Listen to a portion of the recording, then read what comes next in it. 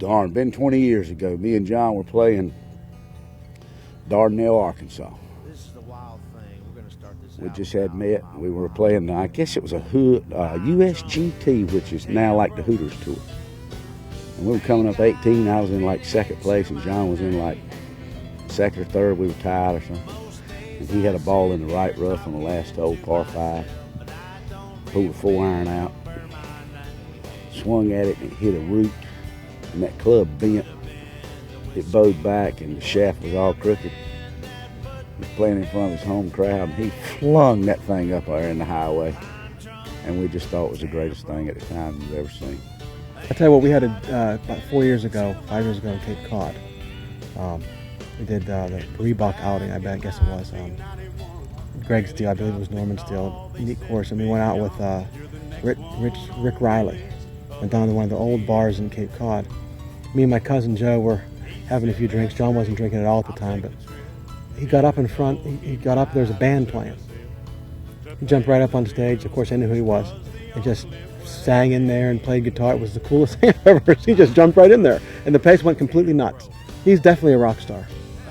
I probably can't say too vividly actually what was going on the golf course, but off the course. But just in general, his attitude of he doesn't care about tomorrow. All he cares about is living for today. We were walking off the 12th tee, and John's caddy saw that a lady had, I guess, smuggled in a camera. And she was taking pictures of John, and John's caddy was like, "Hey, you gotta get rid of that. You can't have that out here." And so she didn't put it away, so he started yelling at her. And we're walking down the fairway, and John looked at his caddy and goes, "Well, I guess we're not going to be inviting her to our parties after this tournament's over." So. The thing I heard is at the Fred Meyer where he teed it up and hit it right up over the crowd, and I wasn't there that year, but I played the following year. And then I went down there on the green, and I turned around and looked up the crowd and went, oh.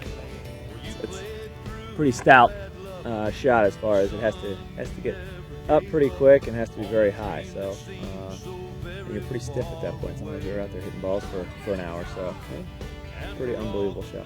Probably Memorial about 5 or 6 years ago. I remember I played with him the first day, and I think I shot a 3 under par, which was a good score. I was right up there, top 3, and I mean every time it was like, John would tap in for 5 or whatever, we were going crazy, and then he like 6-putted the last hole for 82 or something.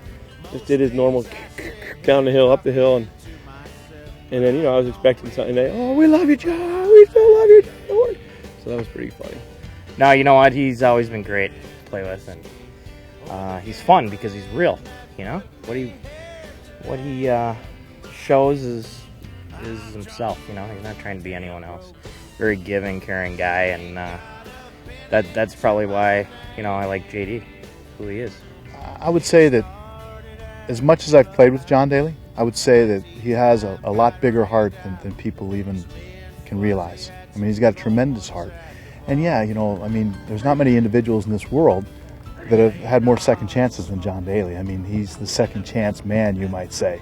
And, I hope for John's standpoint, and I've talked to John about this, is to, really take heed of that, and get good people around you. Because he's a good person, and he's got a lot to give back. And so, we need him out here on the tour, to be honest with you.